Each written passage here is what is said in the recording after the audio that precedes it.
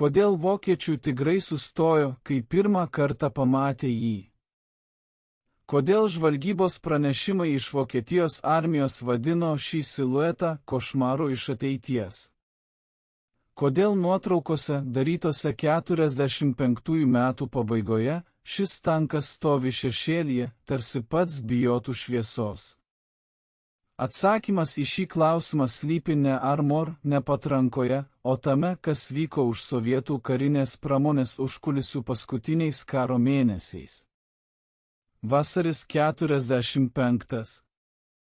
Berlynas dar laikosi, bet frontas jau rieda į vakarus kaip lavina. Rytuose už Vyslos linijos, toliau nuo bombardavimų, naktimis dirba 200 numerių ženklintas fabrikas. Dokumentuose jis nurodytas kaip sunkiųjų mašinų remontinė aikštelė. Iš tikrųjų tai buvo slapta dirbtuvė, kur gimė kažkas, ką net inžinieriai vadino logikos iškraipimų tankų statyboje. Išorėje stovėjo įprastas barakas. Viduje metalų riaumojimas, įkaitusios plieno kvapas ir tabako dūmai. Kampuose už brėžinių sėdėjo inžinierius su nudegusiais pirštais. Losevas, Hapai absolventas, kurį karas išmetė į Uralą. Jis sakė, kad kuria tanką, kuris atrodys taip, tarsi jį atsiuntė iš ateities, kad užbaigtų šį karą. Kai kovo mėnesį 45 pirmasis prototipinis korpusas išriedėjo iš surinkimo dirbtuvės, daugelis sustojo. Prieš juos stovėjo kažkas, ko neturėjo niekas pasaulyje. Žemas, suspaustas, tarsi suplokštintas peilis, kur kiekviena linija ėjo kampu, atskirdama žvilgsnį. Bokšto kaktos nebuvo plokščios, nebuvo suapvalintos, o buvo pasvirusi tokiu kampu, kad bet kuris sviedinys turėjo nuslysti kaip akmuo ant ledo. Armor storis 110 mm, bet dėl formos jį veikė kaip 200. Sovietų inžinieriai tai pavadino lydekos nosimi. Vokiečiai, kai pirmą kartą pamatė nuotraukas, tanką pavadino demonų veidu. Oficialus GBT ataskaitos datuojamos 24 kovo. Prototipinio sunkaus tanko I-3 bandymai dėl Armor nesugebėjimo pradurti šaudant iš 88 mm kalibro patrankos iš atstumo iki 800 metrų. Skliaustuose užrašas pieštuku. Bet tai buvo tik pradžia. Nuo tada prasidėjo legenda. Niekas nematė, kaip tiksliai šis tankas praėjo bandymus. Archyvuose liko tik 3 nuotraukos, 2 iš jų neryškios. Vienoje sviedinių nuo laužos gulinčios prie korpuso kaktos, kitoje darbininkai uždengė ranką tanko numerį. Trečia kopija iš techninio žurnalo, siluetas gamyklos tvoros fone. Apačioje kažkas parašė rašalu, neviešinimui. Bet keisčiausia šios istorijos dalis ne bandymuose, o tame, kas įvyko vėliau. Balandžio mėnesį 45, kai sovietų kariuomenė jau šturmavo Kionigsbergą, viename fronto ruože pasirodė gandai. Vokiečiai tariamai susidūrė su naujais rusiškais tankais, kurių neįmanoma pradurti. Tai skambėjo kaip fronto pasaka, kol į Berlyną neatvyko ataskaita iš Vyslos armijos grupės štabo. Ten juodu ant balto fiksuota nežinomų sunkiųjų mašinų su neįprasta Armor konfigūracija atsiradimas. 88 mm kalibro sviediniai atšoka tiesioginio pataikymo metu. Panika tarp Peitėjaus skaičiavimo. Tolesnis užrašas karininko ranka. Patikrinkite, ar įmanoma, kad IS-2 buvo modernizuotas, atsakymo nebuvo. Sovietų dokumentai to laikotarpio tyli. Viename inžinieriaus dirbusio gamykloje numeris 200 dienoraštyje, rastame po jo mirties 62 metais, yra įrašas. 15 balandžio išbandėme numerį 7032.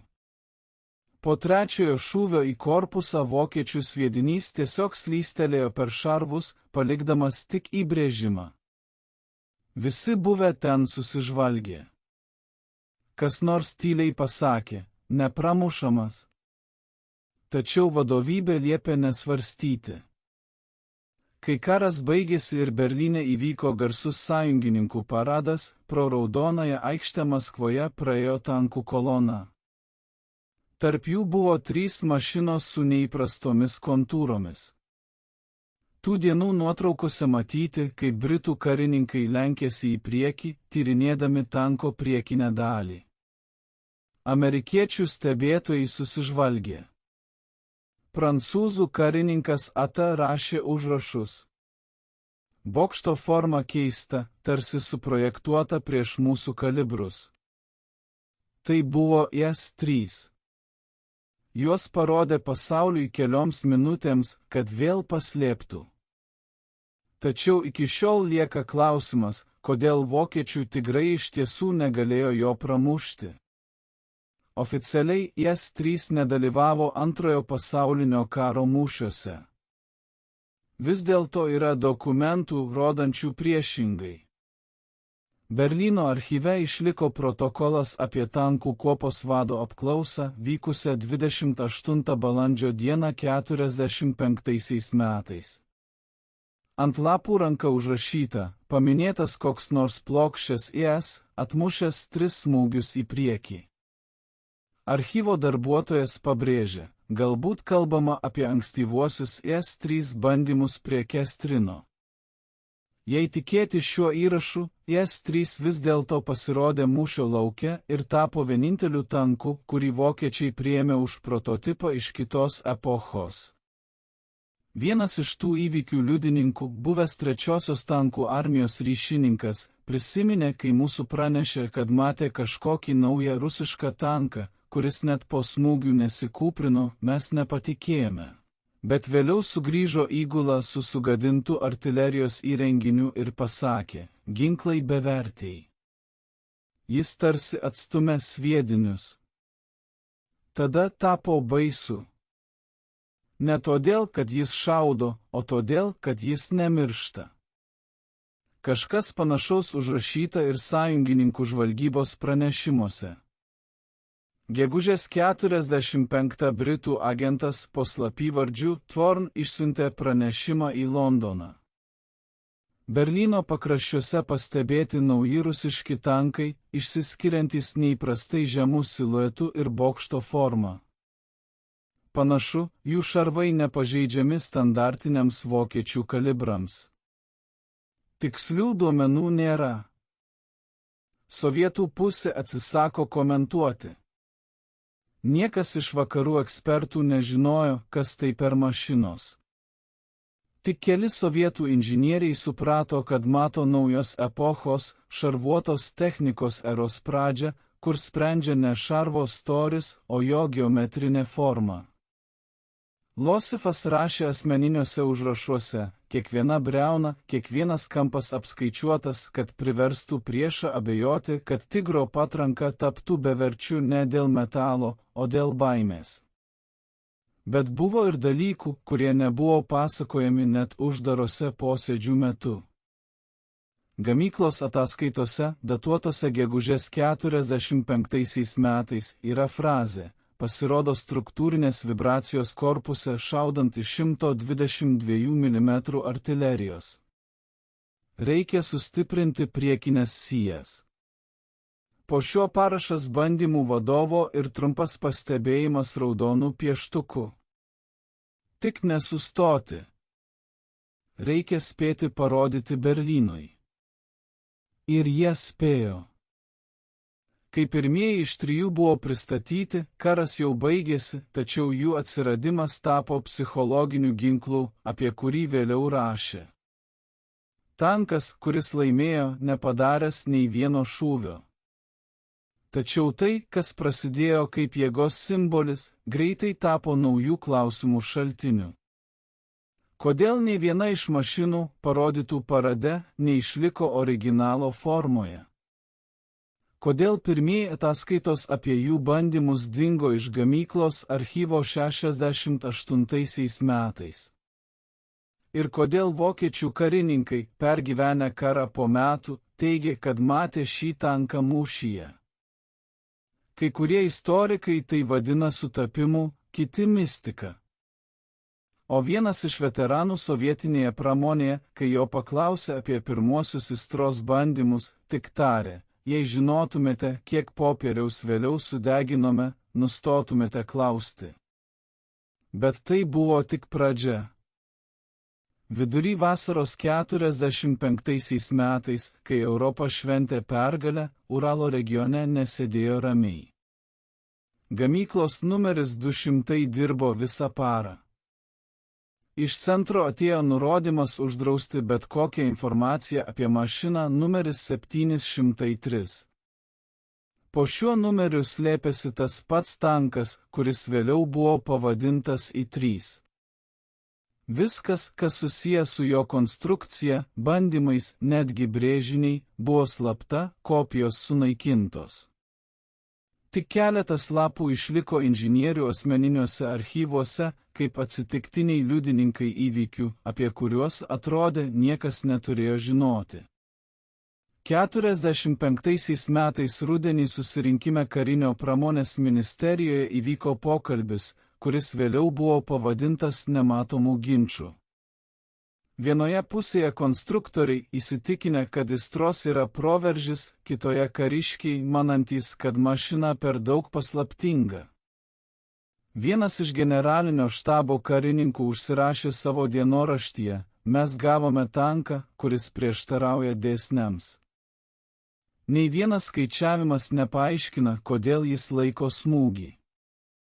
Atrodo, metalas tas pats, tačiau rezultatas kitoks. Galbūt forma? Kitas susirinkimo dalyvis tarė: tai ne tankas, tai grėsmė pusiausvyrai. Archyvuose išliko užrašas su žyma vidaus naudojimui. Patikrinti priekinės detalės tvirtumą po daugkartinių smūgių reikia atlikti pakartotinius ginklo bandymus. Pirmoji komisija pateikė prieštaringus rezultatus. Tolesnis perbrauktas paragrafas išmetė slaptą antspaudą.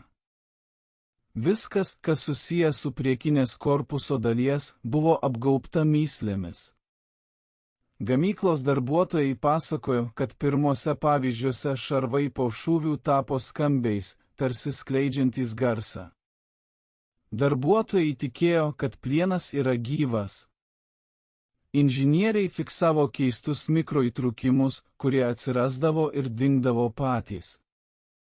Vienas iš technologų, pavardė Drozdev, paliko savo užrašuose frazę: po trečiojo apšaudymo metalas vibravo, bet nesugriuvo. Atrodo, kad jis pats slopina smūgio energiją. Vėliau šis užrašų bloknotas buvo konfiskuotas.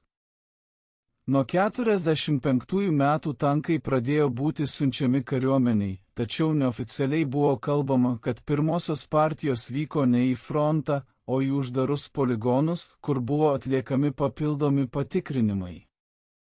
Kas tiksliai ten buvo tikrinama, iki šiol neaišku. Viename ataskaitoje už 46 metus rastoje gynybos ministerijos archyve po sąjungos žlugimo teigiama, kad šaudant iš S-3 į atstumą iki 1,5 km stebimas artilerijos sistemos rezonansas, reikalaujantis papildomos stabilizacijos, tikėtina konstrukcinis defektas. Tačiau žemiau pridėta kitų šriftų. Rezonansas buvo ne patrankoje, o korpuse. Po šūvio tankas tarsi kvėpavo. Ši frazė tapo legenda tarp gamyklos darbuotojų. Tankas, kuris kvėpuoja. Niekas nesuprato, ką tai reiškia. Kai kurie teigia, kad dėl ypatingo šarvo plokščių pasiskirstimo viduje sukuriamas akustinės bangos efektas, kai smūgis iš išorės praeina per metalą ir grįžta kaip echo signalas. Kiti aiškino, kad tai tiesiog mitas, techninių problemų pateisinimas. Bet kodėl tada ataskaita, kurioje apie tai kalbama, dingo iš archyvo jau 47-ais? Paradoksalu, tačiau baimė prieš nepramušamą tanką buvo ir pačių sovietų bandytojų. 46 metų sausį kontrolinės šaudymo metu poligone netoli Nižno Tagilo įvyko incidentas. Tanko artilerija nesugebėjo šauti. Šaudmenys užstrigo vamzdyje. Pagal instrukcijas reikėjo atidaryti užtaisą, tačiau niekas nepasiryžo. Įgulos vadas užrašė žurnale per daug nežinomo. Jei sprogs, nieko neliks. Dokumentas pasirašytas, tačiau visų dalyvių pavardės išbrauktos. 47 metų pavasarį archyve pasirodė dokumentas pavadinimu Ataskaita apie mėginių nukrypimus. Pirmuose puslapiuose standartinės lentelės, masė, greitis, šarvų pramušamumas. Tačiau viduryje keistas įrašas. Šaudant į karo grobį vokiečių 88 mm sviediniais pramušimų nėra. Šaudant tais pačiais sviediniais į naują korpusą, atsiranda įtrūkimas per suvirinimo siūlę. Komisijos išvada skambėjo sausai. Metalurginių partijų nesutapimas. Tačiau toliau raudonų pieštukų be parašo. Šarvo sudėtis buvo pakeista be Geibeiteich leidimo. Tikėtina, kad buvo naudojamos eksperimentinės legiruojančios priedai. Šis dokumentas buvo sunaikintas archyvų revizijos metu 61 metais, tačiau archyvaras, kuris vėliau prisipažino, išsaugojo kopiją. Aš palikau vieną lapą, tiesiog negalėjau patikėti, kad tokį dalyką galėjo ištrinti. Gandai apie neįprastus S3 savybės pasiekė ir sąjungininkus. 50 metų parodoje Berlyne amerikiečių ir britų atstovai specialiai paprašė sovietų delegacijos parodyti naują sunkųjį tanką. Jiems buvo atsakyta, kad jis buvo nutrauktas gamyboje. Iš tikrųjų tuo metu Maskvos apylinkėse vyko slapti patobulinto S3 metrų bandymai, modernizuotos versijos, apie kurią net nebuvo kalbama spaudoje. Pasak liudytojų, bandymai vyko naktį. Variklis dirbo sumažintų garsų, tarsi duslintų. Patranka šaudė be akinančio žybsnio. Retai tais metais. Būtent tada pasirodė versija, kad S3 tapo pirmuoju tanku, kuris išmoko slėptis ne nuo kulkos, o nuo žvilgsnio. Oficialiai modernizacijos projektas buvo baigtas 52, neoficialiai darbas tęsėsi. Yra vyriausybės nurodymas numeris 183, pasirašytas Berijos. Patikrinti korpuso medžiagas pagal pavyzdį 73, atlikti cheminę analizę. Rezultatus pranešti asmeniškai. Ataskaita su rezultatais taip ir nebuvo rasta. Iš archyvo ji dingo kartu su 36 kitais dokumentais per tą metų. Būtent tada tarp gamyklos inžinierių pradėjo kalbėti, kad I3 tapo uždara tema. Apie jį nerašė laikraščiuose, nerodė kronikoje. Kai tik buvo paminėtas techniniuose žurnaluose, visada pridurdavo tą patį žodį – pasenęs. Bet kodėl pasenęs, jei nei vienas užsienio tankas tų metų negalėjo pradurti jo frontinės šarvų? Atsakymas į šį klausimą dingo kartu su žmogumi, kuris, pasak gandų, turėjo originalias lydinio formulės korpuso gamybai. Jo vardas buvo Sergejus Vlasovas. Nineten 50 jis buvo iškviestas į Maskvą ataskaitai. Daugiau jo niekas nematė. Po metų gamyklos ataskaitoje pasirodė eilutė. Dėl reorganizacijos projektas 730 uždarytas. Dokumentacija perduota GBT archyvui. Archyvas vėliau sudegė gaisre 68-aisiais. Atsitiktinumas? Galbūt, o gal ir ne. Kai 60-aisiais I3 pradėjo pamažu keisti naujomis mašinomis, jas išbraukė, utilizavo arba siuntė į tolimus garnizonus. Tačiau keli egzemplioriai kažkodėl nebuvo įtraukti į jokią bazę. 2 iš jų buvo rasti po 10 Kazachstane apleistame poligone, kur kadaise buvo testuojami sprogstamieji įrenginiai. Vienas stepėje, antras po žemę, sename angare. Ant vieno bokšto išliko įrašas numeris 730-5. Neatidaryti. Vietiniai darbininkai pasakojo, kad angare, kur stovėjo tankas, metalas ant sienų atrodė tarsi sudegęs iš vidaus. Ir kvapas ne dūmai, ne benzinas, kažkas kito, vos juntamo, panašaus į ozoną. Vėliau šią vietą uždarė, dokumentai vėl dingo. Iki 70-ųjų pabaigos nuo I3 liko tik muziejiniai eksponatai. Parodose jį statydavo šalia šiuolaikinių mašinų ir vadindavo žingsniu į praeitį. Bet net ir po 10 metų, kai metalas jau buvo patamsėjęs, šis tankas palikdavo keistą įspūdį, lyg jis nesenėjęs, tarsi po dulkėmis slėptų ne istoriją, o įspėjimą. Tik vienas žmogus žinojo, kad senose dirbtuvėse iki šiol laikomos 3 I3 bokštai be žymėjimo, be numerių. Jis tai parašė laiške, išsiųstame 82-aisiais. Jei juos pakels, tegul neskrenda. Tai ne ginklas. Tai klaida, kurios negalima kartoti, bet tai jau kita istorija. 56 metas. Maskva švenčia naujos kartos technikos sėkmę. Žurnaluose rašo apie būsimą armijos atnaujinimą, apie naujus tankus, galinčius judėti greičiau, šaudyti tiksliau, tarnauti ilgiau. Bet viename iš Maskvos priemiesčių mokslinių tyrimų institutų už tvirtų betoninių sienų inžinierius pavarde Kozinas atidaro seną seifą. Viduje aplanka su žymėjimu 703, ypatingas kontrolė. Ant viršelio patamsėjęs antspaudas, pusiau nuvalytas, bet vis dar skaitomas. Neišduoti be pirmo skyriaus leidimo. Turinio, schemos, fotoreprodukcijos ir trumpa ranka rašyta užrašas. Visi bandymai nutraukti. Rezultatų neatskleisti. Grįžti prie temos prireikus. Ką tai reiškia prireikus?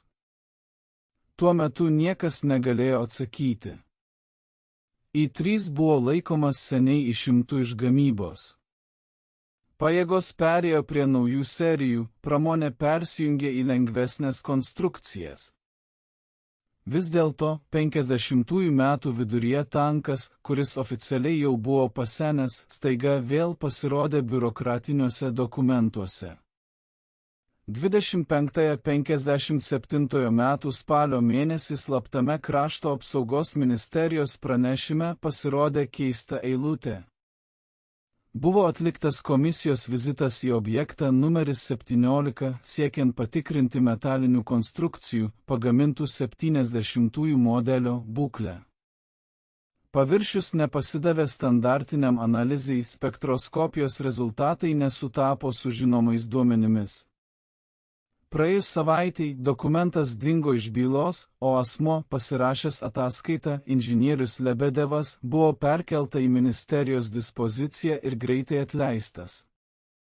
Jo asmens byla iki šiol yra slapta. Viskas prasidėjo nuo to, kad 56 metais viename sename poligone Kazachstane buvo užfiksuota neįprasta fenomenas. Darbininkai, valantys aikštelę naujiems bandymams, rado žemėje plieninį fragmentą, padengtą kažkuo panašiu į juodą apsauginį sluoksnį. Metalas buvo taip tankus, kad pjūklai jo nesugebėjo paimti. Kai gabalas pagaliau buvo nupjautas ir išsiųstas analizei, prietaisas parodė neįmanomą rezultatą. Sudėtis – standartinė šarvo plienas, tačiau tankis buvo didesnis 7%. Tokio lydinio gamtoje nebuvo. Dokumentas aprašantis šį incidentą saugomas archyve su užrašu, kad jis negali būti skaitmenizuojamas. Margose kažkas pieštuku parašė fragmento numerį PEI, galbūt iš S3 metrų. Nuo šio momento aplink S3 prasidėjo nauja slaptoji banga. Atrodytų technika iš 40-ųjų. Kodėl grįžti prie jos po 10 metų? Atsakymas atėjo 58-aisiais, kai kariškiai susidūrė su nauja grėsme. Pasirodė pirmieji reaktyviniai šaudmenys, galintys pradurti bet kokią šarvą. Tačiau buvo gandų, kad S3 atlaikė tiesioginį mokomojo šaudmenų smūgį ir liko sveikas. Šie duomenys buvo perduodami neoficialiai per uždarą korespondencijos tinklą. Vienas iš poligono karininkų vėliau prisiminė, mes šaudėme į seno S3 korpusą. Viskas aplink sudegė, bet šarvas liko šaltas. Tai negalėjo būti paprastas sutapimas. 59 metų pavasarį Tarybų ministrų tarybos ataskaitose pasirodė trumpas nurodymas – organizuoti archyvų patikrą fabriko numeris 200. Visi 3 metrų pavyzdžiai, brėžiniai ir protokolai turėjo būti perduoti į specialų saugojimą, o po mėnesio tame pačiame archyve įvyko gaisras. Dokumentai buvo sunaikinti.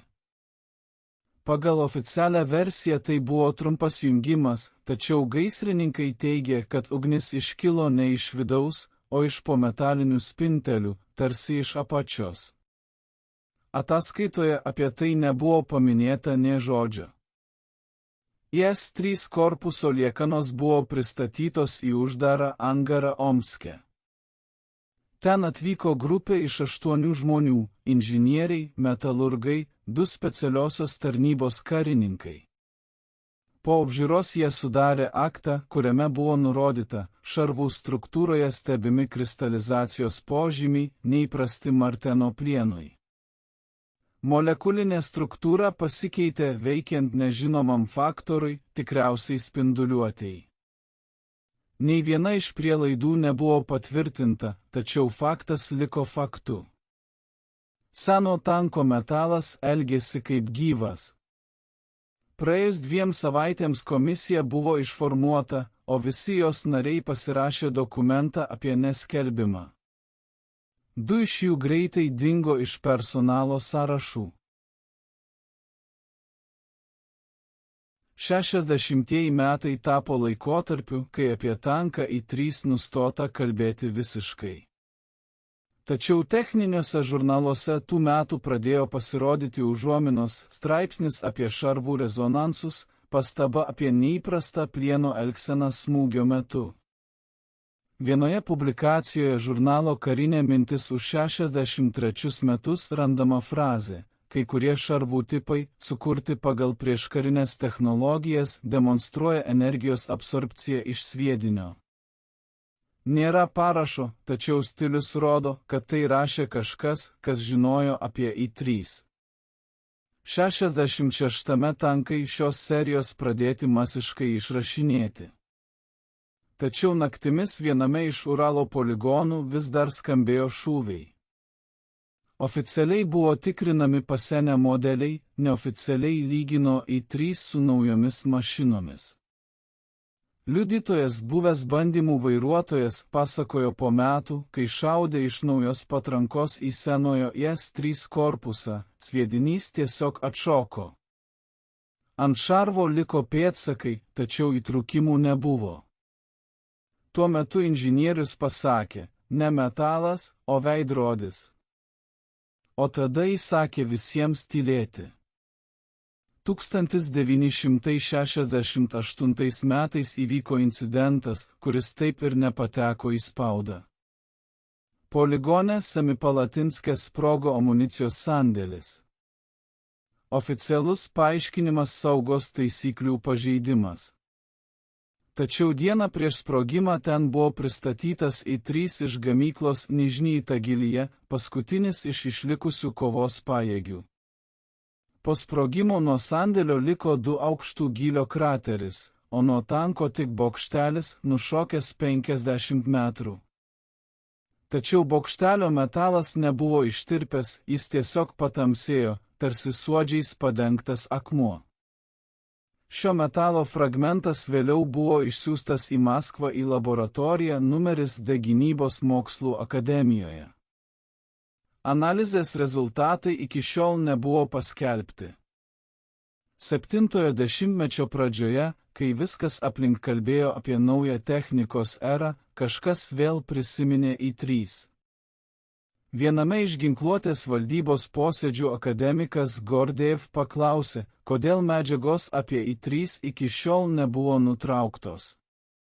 Praėjo 30 metų. Pirmininko atsakymas buvo trumpas. Kai kurios plėtros vis dar taikomos. Klausimas uždarytas. Tuo metu niekas nesuprato, ką jis turėjo omenyje. Tačiau po kelerių metų pasirodys visiškai kita mašina su neįprastu išdėstymu, su priekinė dalimi, įtartinai primenančia šamą.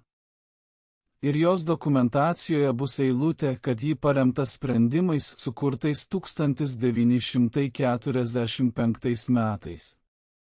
Oficiali istorija baigėsi, neoficiali tik prasidėjo 1974 metais.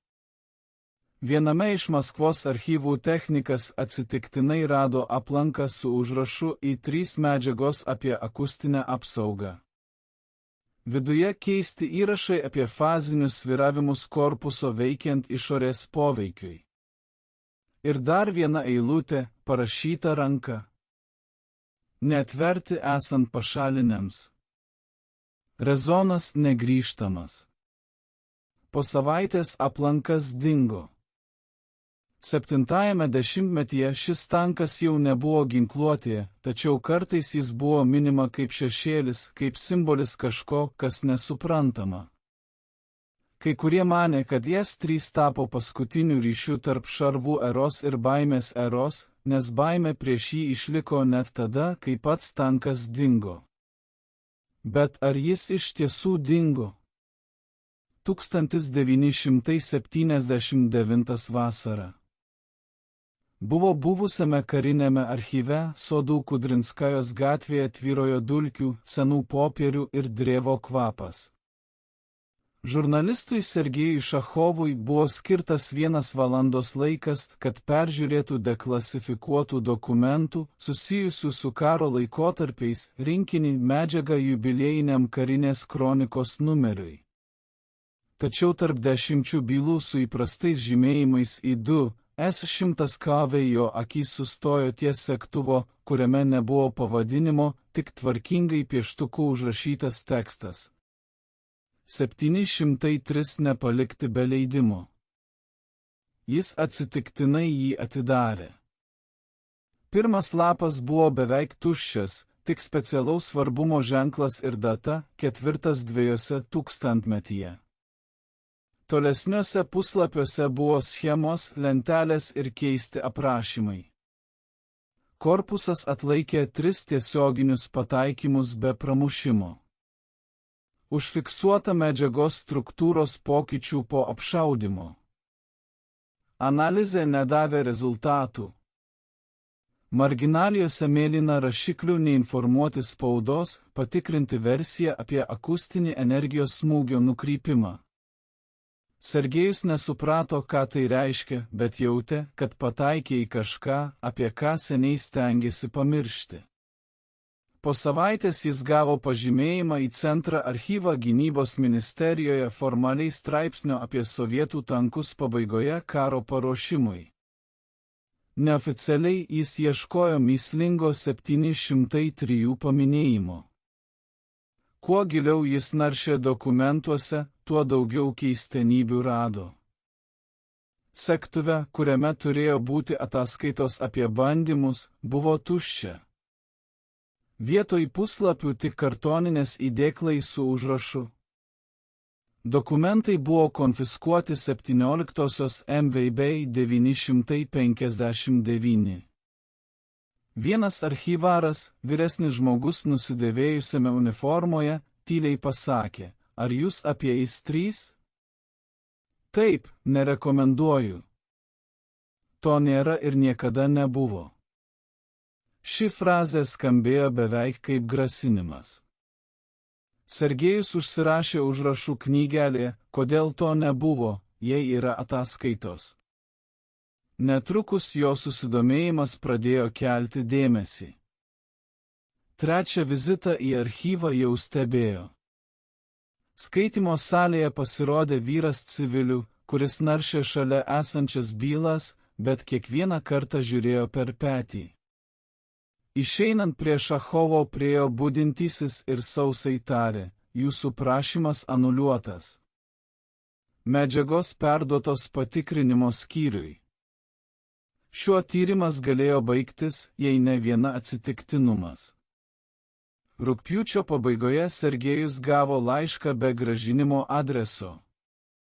Viduje buvo pageltusi nuotrauka, tankas su charakteringu pasvirusi nosimi. Ant apvertimo pieštukų. Kurganas, sandėlis 42, neįskaitomas. Tais metais patekti į uždarus objektus buvo beveik neįmanoma, tačiau per pažįstamą televizijos operatorių jis gavo padėjėjo darbą grupėje, filmavusioje dokumentinį filmą apie šarvuotųjų pajėgų.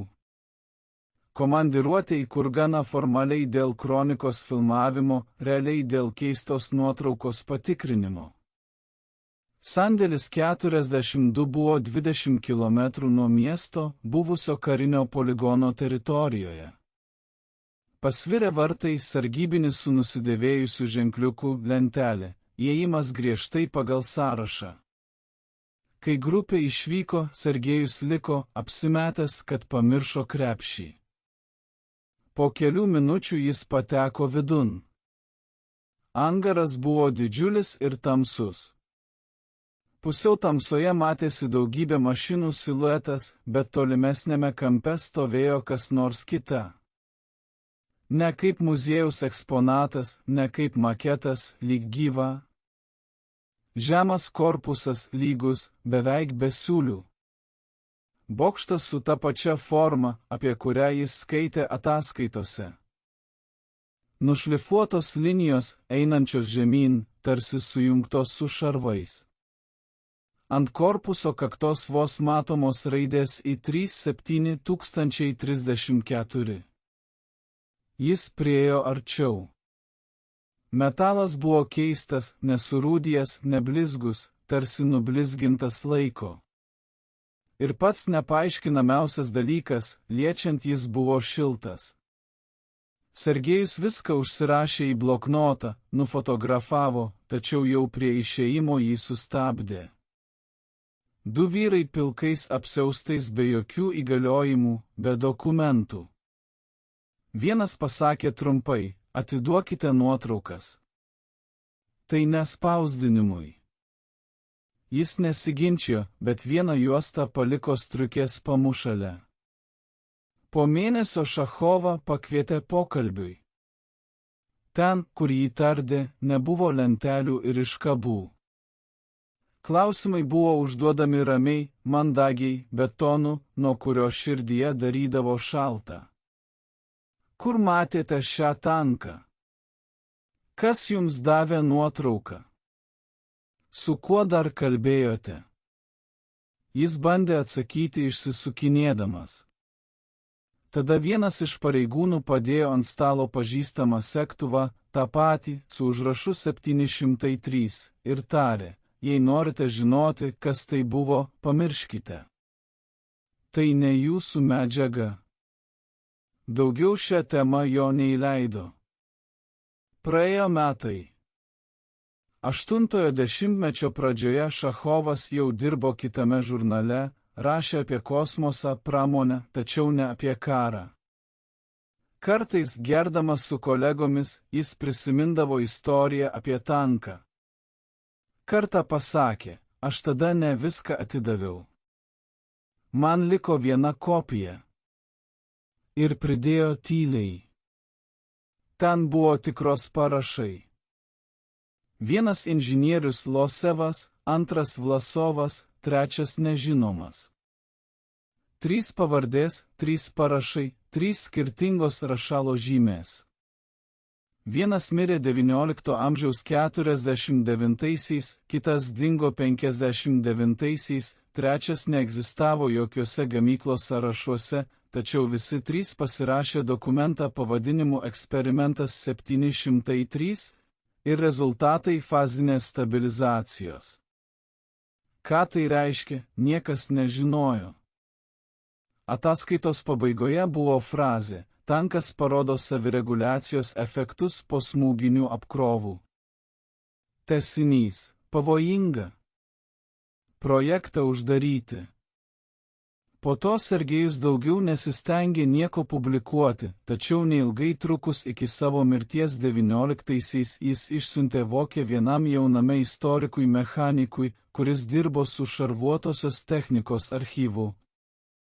Viduje ta pati juosta ir trumpas laiškas.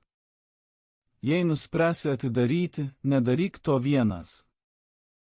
Juosta buvo atvesta tik 90-ųjų pabaigoje. Joje buvo 5 kadrai. 4 įprasti angaras, grindys, technika. 5 neryškus, tarsi peršviečiamas, tačiau padidinus matyti tanko korpusą, priekinės dalis ir keistą švytėjimą, einantį nuo metalo, tarsi nematomo šviesos atspindys. Tas, kuris matė šį kadrą, pasakė, tai ne atspindys, tai pulsacija.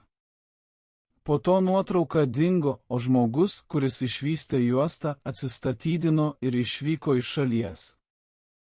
Nieko daugiau nematė originalo, tačiau neoficialiuose 90-ųjų pradžios pranešimuose pasirodė trumpa žinutė: buvusio poligono teritorijoje prie kurgano užfiksuota stipri elektromagnetinė spinduliuotė neaiškaus kilmės. Šaltinis metalinis objektas iš dalies įgilintas į žemę. Tada prirašyta: patikrinti galbūt technikos liekanos iš Veivei laikotarpio. Ir viskas formaliai pabaiga istorijos. Bet ar gali būti pabaiga to, ko oficialiai niekada nebuvo? 82 metų ruduo. Archyve karinės ministerijos vėl kvepėjo pelėsiu, sena popieriaus ir stale oro, tarsi patys sienos prisiminė, ko nereikėjo prisiminti. Istorikas Viktoras Pavlovičius Gračiovas ieškojo medžiagų apie tankų modernizacijas 50-ųjų metų, kai tarp tvarkingų dėžučių su inventoriniais numeriais pastebėjo vieną be žymėjimo. Ant dangčio buvo išblukusi užrašas 703S utilizacija. Jis pakėlė dangtį. Viduje buvo juostos nuotraukos, kelios telegram ir pageltęs protokolas su antspaudu visiškai slapta. Pirmas ataskaitos sakinys jį nustebino. Metalinių pavyzdžių iš mašinų patikrinimo rezultatai patvirtino anomalinius charakteristikas esant šilumai ir apkrovai. Toliau keisti žodžiai, tarsi ištrūkę iš techninio sapno. Formos atmintis, vidinė struktūra yra nevienoda, nuokrypis nuo standartinių lydinių. Jis perskaitė ir netikėjo. Tokie terminai dokumentuose 50-ųjų tiesiog negalėjo atsirasti. Gračiovas nunešė radinį į medžiagotyros laboratoriją karinėje akademijoje. Jaunas metalurgas, pažiūrėjęs į dokumentus, tik numykė: jei tai ne pokštas, tuomet šis lydinys yra priekyje savo laiko apie 40 metų. po savaitės Gračiovui paskambino. Balsas buvo susijaudinęs. Mes ištyrėme vieną šarvą, jis reaguoja į temperatūrą, esant šilumai grįžta į pradinę formą. Jūs suprantate, ką tai reiškia? Jis neatsakė. Per gerai suprato. Netrukus po šio skambučio laboratoriją aplankė ministerijos atstovai. Eksperimentų rezultatai buvo konfiskuoti, metalų pavyzdžiai dingo. Inžinierius buvo perkeltas į kitą miestą, tačiau Gračiovas spėjo padaryti dokumentų kopijas ir paslėpė jas namų archyve. Tuo metu jis dar nežinojo, kad šie dokumentai taps jo prakeiksmu. 1084 jį pakvietė pokyliui į tą patį pilką namą, kur prieš 30 metų buvo atvestas žurnalistas Šachovas. Pokalbis truko mažiau nei valandą. Jokių apkaltinimų, tik prašymas nekalbėti apie senas temas. Kai jis išėjo į gatvę, pastebėjo, kad juo stebima. Po to jis paliko institutą, išvažiavo į Tverą ir daugiau niekada neminėjo apie I3. Tačiau prieš išvykdamas paliko akademijos bibliotekoje užrašą, įdėtą tarp retos knygos puslapių. Tankas I3 ne tik plienas. Tai klaida, kuri kartojasi kas 20 metų. 15 metų apie ją niekas nežinojo. Kol 19 metyje aspirantas pavarde Zotov neatrado šios knygos. Jis tyrinėjo sovietinių lydinių istoriją ir užkliuvo už tos pačios užrašo. Nutarė patikrinti, ar tai mitas, ar ne. Tais metais archyvai jau pradėjo skaitmeninti. Dalį dokumentų atskleidė, tačiau daugelis katalogų liko užrakinti. Tarp jų dokumentas su numeriu 703M aprašyme buvo nurodyta medžiagos sunkiojo tanko projektui, uždarytam 1093 metais. Laikymo terminas neribotas, prieiga uždrausta. Zotovas nepasidavė. Per pažįstamą gavo laikinas leidimas į techninių ataskaitų fondą. Ten už storos durų su užrašu darbas su dokumentais tik po kontrolės jis raso ploną failą, kuriame nebuvo nei brėžinių, nei schemų, tik lapas su trumpu įrašu. Pagal lydinį numeris 47K planuojama sukurti naują medžiagą kosminėms apdailoms. Duomenų šaltinis projektas 703. Šis sakinys visiškai apvertė viską. Jei metalas S3 tikrai tapo prototipu kosmoso technologijoms, tai jos savybės ne tik tyrinėjo, bet ir diegė. Tačiau to įrodyti nebuvo įmanoma. Praėjus mėnesiui po to, kai Zotovas pradėjo bylą, archyvas buvo uždarytas rekonstrukcijai. Kai prieiga buvo atstatyta, byla dingo. 9-ajame dešimtmetyje viskas griuvo. Gamyklos, archyvai, institutai. Daugelis dokumentų tiesiog buvo išmetami. Viename tokiame sandėlyje netoli Nižnij Tagilo vietiniai darbininkai rado dėžę su metaliniais mėginiais ir popieriaus lapą, kuriame buvo parašyta nenaudoti kontrolinių plokštelių. Kai jas atidavė į metalo laužą, per perdirbimą įvyko sutrikimas. Temperatūra krosnyje staiga krito, metalas nepasidavė.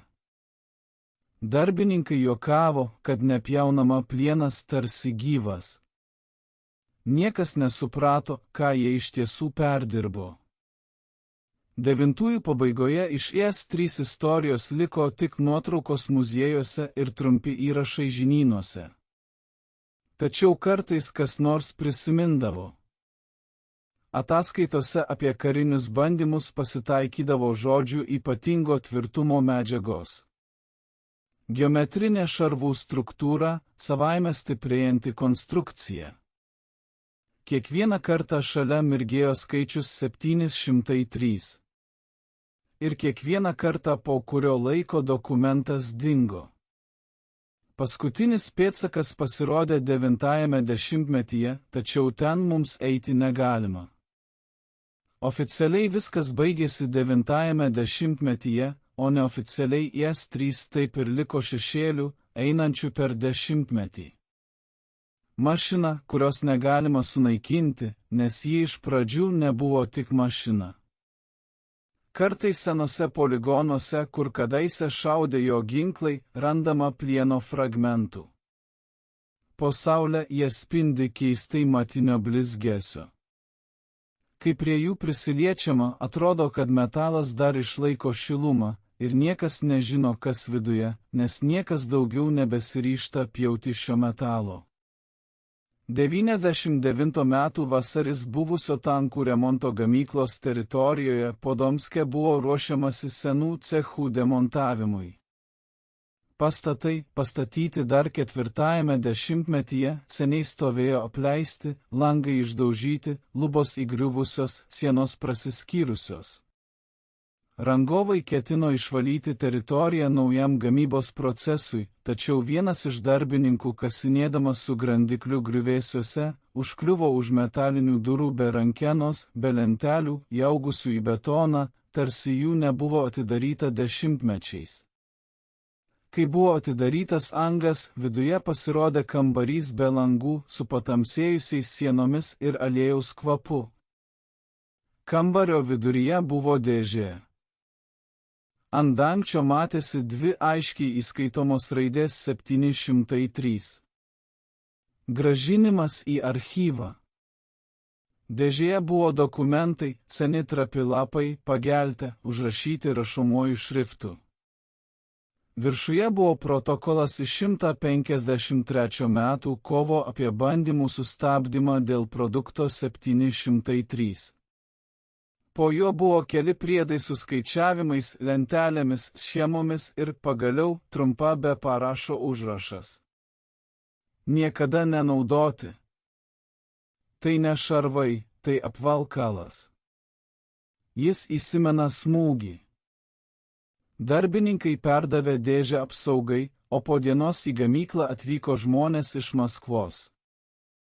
Visi dokumentai buvo išvežti. Oficialiai inventorizacijai. Neoficialiai. Niekas daugiau jų nematė. Po mėnesio vietinės laikraščio žurnalistas, išgirdęs gandus, pradėjo savo tyrimą. Vienas iš jų rado archyve keletą senų publikacijų apie gamyklą, kurioje buvo paminėtas skaičius 703, tačiau tik siuntimų sąrašuose be paaiškinimų. Jis bandė paprašyti medžiagos. Atsakymas neigiamas. Vėliau jam paskambino nežinomas asmuo ir pasakė: nesidomėkite, šie tankai nėra nurašyti, jie miega. Ši frazė skambėjo absurdiškai, tačiau būtent ji tapo paskutinio bandymo išsiaiškinti tiesą pradžia. Pavasarį to paties metų grupė entuziastų, istorikų išvyko į pietus nuo Rusijos, kur, pagal gandus, buvo apleista poligonas šaltojo karo laikais. Senose žemėlapiuose šis objektas buvo pažymėtas kaip bandymų aikštelė numeris 9. Kai jie ten atvyko, vieta pasirodė esanti sudegusi. Rūdžių padengti rėmai, betoninių slėptuvių likučiai, metalo fragmentai. Tačiau tarp šių griuvėsių stovėjo tanko korpusas, ne šiuolaikinis, ne iš 7-ojo dešimtmečio. Senas su būdingu priekinės plokštės lūžiu. Dulkių sluoksnis, sudegusi dažų danga, bet linijos buvo atpažįstamos. Jie nuėmė liuko dangtį. Viduje buvo tuščia. Bet kai vienas iš jų palietė vidinį korpuso paviršių, metalas buvo šiltas, neįkaitintas saulės. Oras buvo vėsus, kovo šiltas, tarsi gyvas. Ekspedicijos įrašai vėliau dingo. Išliko tik vienas fragmentas. Trumpa garso įrašas. Joje girdėjosi balsas. Kažkas burbuliuoja, tarsi iš vidaus. O paskui tyla ir staigus garsas, primenantis trumpą išsikrovimą. Failas buvo rastas 98, kai jau ruošė medžiagą muziejui apie šarvuotąją techniką, tačiau į oficialią ekspoziciją jis nepateko. Projekto kuratorius sakė, kad įrašas neturi istorinės vertės, nors kiekvienas, kas jį girdėjo, pažymėjo vieną dalyką – fone burbuliavimo buvo ritmas, silpnas, pulsuojantis kaip širdies plakimas. 90-ųjų pabaigoje tema I3 vėl iškilo ataskaitose. Vyriausybinėse ataskaitose pasirodė paminėjimas – atlikti objektų, saugomų klasės 703 apžiūrą. Patikrinti korpuso būklę ir likutinę aktyvumą. Kas yra likutinė aktyvumas, niekas nepaaiškino. Po mėnesio ši eilutė dingo iš visų dokumento kopijų. 99 metų gruodį tyrėjų grupė bandė rasti vietą, kur, pagal gandus, buvo laikomi 3 eksperimentiniai korpusai. Senos koordinatės vedė gilyn į taigą, į teritoriją, kuri buvo įtraukta į miškų ūkio balansą, tačiau ten nebuvo nieko, tik betoniniai pamatai bėgiai, vedantys į niekur ir sunkios vikšrų pėdos, lyg kas nors vežė kažką didžiulio. Vienas iš ekspedicijos dalyvių vėliau pasakojo, kad kai mes ten stovėjome, ore buvo žemas burbuliavimas. Net prietaisai reagavo, kompasai sukosi, baterijos išsikrovė akimirksniu, o paskui absoliuti tyla. Tuo metu niekas nesuprato, ką tai reiškia. Be to, buvo neįmanoma suprasti. 2007 metų sausio mėnesį likę archyvai tema 703 buvo visiškai uždaryti. Ant departamento durų pasirodė naujas pavadinimas – nurašytų produktų fondas. Į vidų neleido niekam.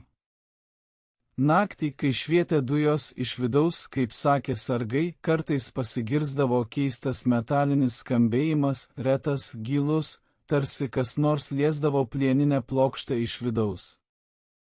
Vėliau pastatą nugriovė. Jo vietoje pastatė naują archyvą.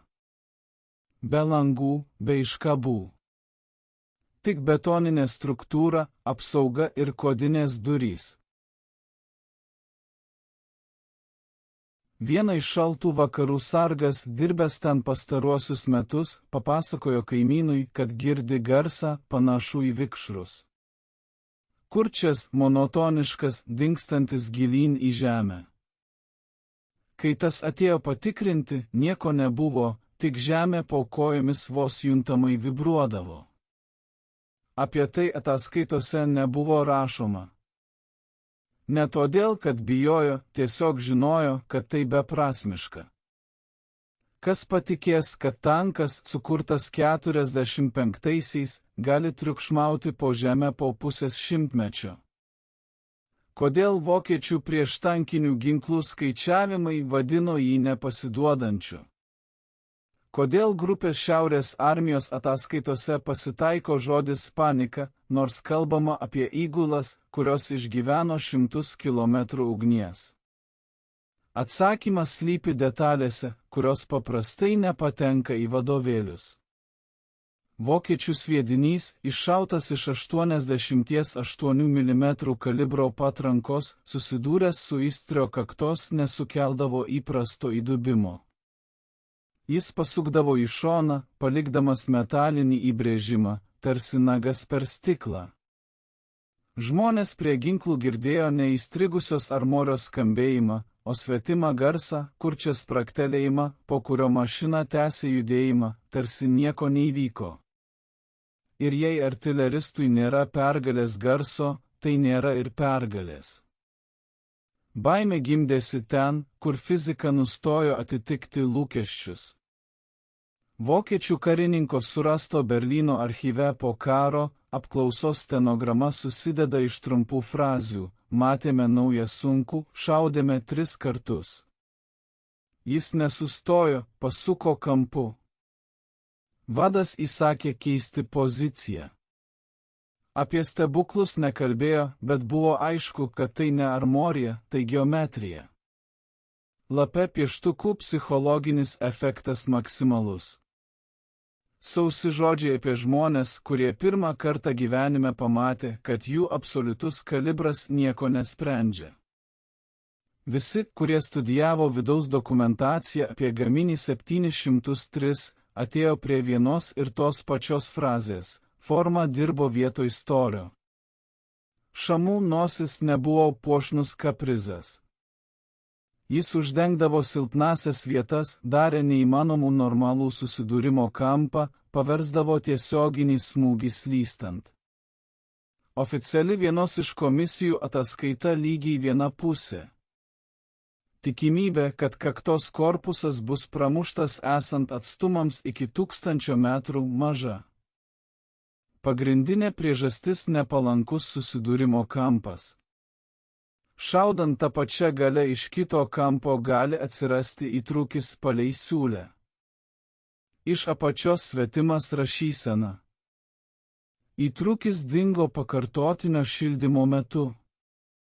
Fiksacija laikyti neprivaloma. Įrašas nėra pasirašytas, todėl jis tarsi niekada ir nebuvo. 9 metų pabaigoje, kai sandėliai šalių ir epochų pakraščiuose tapo panašus į užmaršties zonas, nuo tos istorijos liko tik šukės, fragmentiški lapai su svetimomis parašėmis, juostos filmų, neišsamus katalogai. Bet tose gamyklose, kur kadaise buvo surenkamos šios mašinos, žinojo, kad svarbiausia ne metalas, o tai, kaip jį priversti pasitraukti nuo smūgio. Tie, kurie liejo priekinės dalys, prisiminė, kad po naktinių pamainų dirbtuvės užėjo ne nuo staklių, užė pats oras, tarsi sienose liko šūvių atsakas. Surinkėjai sakė, kad bokštą montavo taip tvirtai, tarsi jis nebuvo uždedamas, o įtraukiamas. Ir išorėje tai atrodė kaip vientisa linija, be siūlės. Niekas toje vietoje nesikreipė į mistiką. Tiesiog žinojo. Geometrija maskavo silpnybės, o nematomas baimė darė likusius. Prie priedų yra specialūs stebėjimai dėl gaminio 703 pasirašytas protokolas be pareigų nurodymo. Psichologinis efektas dėl mašinos vizualaus pavidalo patvirtintas. Net ir nesant faktų apie pralaimėjimą, priešininkas linkęs pervertinti jos apsaugą. Vizualinė silueto tankis ir neįprasta priekinės detalės forma sukuria vertinimo klaidą. Artilerijos skaičiavimuose fiksuojamas atstumo trūkumas ir pasitraukimas iš pozicijos po pirmo rikoseto. Rekomenduojama demonstracinė taikymo praktika.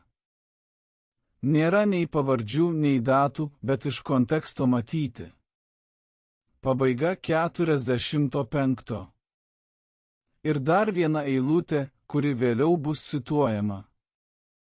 Nugalėti nestorumu, nugalėti abejonėmis. Atskira byla laikoma liudytojų šūkėmis, sviedinių apvalkalų gabalais su ištemptais, ištrintais slydimo žymėmis, lapai su užrašais, koks kalibras, koks kampas, kokia atstumas. Viename – užrašas iš rankos. Prie prisilietimo smūgio sviedinys sukasi į šoną, praranda stabilumą ir apsivertęs dingsta žemėje. Akivaizdu, kad S3 priekinė dalis sukelia sutrikimą. Stipresnio nei įprasta ataskaitoje neįtraukti. Ir vėl trumpas pieštukinis pėdsakas. Ataskaitoje tik faktai. Sutrikimas nėra faktas. Bet šis neįrašytas sutrikimas paaiškino tai, apie ką vėliau kalbės Peitėjo veteranai. Jie matė ne tik nesėkmę, jie matė, kaip matematika staiga nustoja veikti. Negirdėti savo amato kariui blogiau nei prasiskverbimas. Tarp telegram kopijų sausos priminimo valstybinė kalba, nuo kurios gerklėje tampa dulkėta. Naujų mašinų koloną tolesniam transportavimui uždengti dangomis, fotopaveikslų darymo nutraukti, kontaktą su užsienio atstovais neleisti, maskavimo priemonę sustiprinti. Ant apverso viena vienintelė frazė – bijoti neturėtų jie, bijoti turime mes. Didybės šešėlis pavojingesnis nei didybės nebuvimas. Frazių autorius nenurodytas, bet jį paaiškina daug. Jėgos demonstracija, kuri rangovams atrodo kaip sėkmė. Tiems, kurie gyvena paslaptimis, tai tampa rizika. Per daug ryškus siluetas pritraukia nereikalingus žvilgsnius. Ir vis dėlto tikroji išvados nėra slapta ir ne legendose, o kaip buvo daromos išvados. Akademijos tankų kariuomenės ataskaitoje pabaigoje 40 iš tų, kurie retai cituojami, yra svetima mokykla formulacija. IS-3 priekinė dalis perkelia kontakto slėgį. Atsiranda zona, kur kinetinė sviedinio energija eina slydimu. Įgulai atrodo, kad tankas stumia smūgį, nors tai yra optinė ir kinetinė iliuzija. Savo eigą mašina tęsia judėjimą. Priešininkui susidaro beprasmės ugnies jausmas. Paprastai tariant, baimė taip pat inžinerinis sprendimas ir to jau neįmanoma išmatuoti kalibru. Ant stalo guli nepalankios lapų kopijos. Konstruktorų užrašai santūrus be publicistikos. Apšaudant iš įvairių kampinių kampų, didelis kalibras duoda pranašumą tik tiesioginėme pataikyme. Kampą pasirenka ne artileristas, jį pasirenkame mes. Paprasta, net grubiai, bet kare grubus paprastumas ir reiškia meistriškumą. Toks paaiškinimas nepašalina paradoksų. Kodėlgi tada dokumentuose šnabžda apie korpuso pulsaciją? Kodėl inspekcijos fiksavo nepageidaujamus svyravimus, bet vengė žodžio defektas? Viename iš priedų, kuris, atrodytų, įpareigoja kalbėti griežtai, mirga. Po serijos smūgių pastebimas trumpalaikis karštis. Tai paaiškinama fizika. Smūgis šildo. Bet toliau frazė, nepanaši į sausą laboratorinę kalbą. Šiluma jaučiama ne paviršiuje, o tarsi iš vidaus metalo. Taip apie techniką paprastai nesirašo. Taip kalba žmonės, kurie bijo sužeisti svetimą paslaptį. Būtent šioje riboje, tarp abejingos mokslo ir tyliai baisumo, istorija ir baigėsi. 90-ųjų pabaigoje paskutinis patikrinimo specialistas, kuris prižiūrėjo laiškų bloką iš vietų, paliko trumpą tarnybinę pastabą. Legenda nustojama siųsti. Pakanka muziejinių ekspozicijų. Kiti medžiagų riboto prieinamumo fondas. Peržiūrėti kas 10 metų. Data. Gruodis paskutiniaisiais 1000-mečio metais. Parašas išsiliejęs, bet aiškus. Po juo mažas taškas, tarsi nuo vandens. Tarsi. Lašas palietė popierių momentu, kai tinti dar nebuvo išdžiūvę. Taip, istorija apie vokiečių tigrus negalėjo prasiskverbti į 3 susideda iš 3 tikrų linijų. Pirmoji geometrija, verčianti smūgį tapti slystančiu. Antroji metalo darbo režimai, kuriuose jėga išsiskleidžia po ploto, kaip vanduo ant lėkštės krašto. Trečia psichologija, kur šaulio abejonės stipresnės už jo kalibrą. Šių linijų sankirtoje ir kyla tai, kas protokoluose gėdingai vadinama efektu. Efektas ne šarvas ir ne šrapnelis. Efektas mintis gimusio priešo galvoje akimirka, kai įprastos formulės nustojo veikti. Dabar, kai kataloguose liko tik inventoriniai kortelės, o žmonės pasirašę aktus, išėjo, šiai istorijai nėra teisių nuorodos. Jos įrodymai kreivi randai ant priekinių detalių muziejinės mašinos po lempa, jie atrodo ne kaip šūvių pėdsakai, o kaip nusidėvėjimo pėdsakai, jei pravedus pirštu per šiuos randus padai pajus ne duobes, o lygias takelius, tarsi kažkas prieš daug metų pravedė šiltų akmenių. Muziejų darbuotojai mėgsta sakyti, kad tai yra rikosetai mandagus atsakymas lankytojui, kuris atėjo pamatyti legendą. Iš tiesų tai yra įmūryti į metalą klausimai apie tai, kaip statyti mašinas, kurios laikosi ne ant reklamos, o ant priešo abejonių. Pabaigoje aplankalo, kuris išliko, to paties be viršelio su išblukusiu numeriu, guli lapas, atspausdintas rašomąją mašiną. Nei antraštės, nei antspaudo, tik 2 eilutės. Dėmesys 703 uždarytas. Prireikus atidaryti, bet ne visiems. Žemiau pasvirę raidės, tarsi autorius skubėjo. Jei atidarysite, nestatykite šalia langų. Dieną jo geriau nerodyti. Naktį jis atrodo įtikinamiau. Tai, žinoma, tik frazė, bet ji paaiškina, kodėl legenda apie nepramušamą tanką taip lengva pasakoti tamsoje. Tamsoje žiūrovas girdi, kaip sviedinys rikosetuoja. Tamsoje lengviau patikėti, kad metalas sugeba įsiminti smūgį. Tamsoje savo šešėlis atrodo storesnis, o svetima baimė arčiau.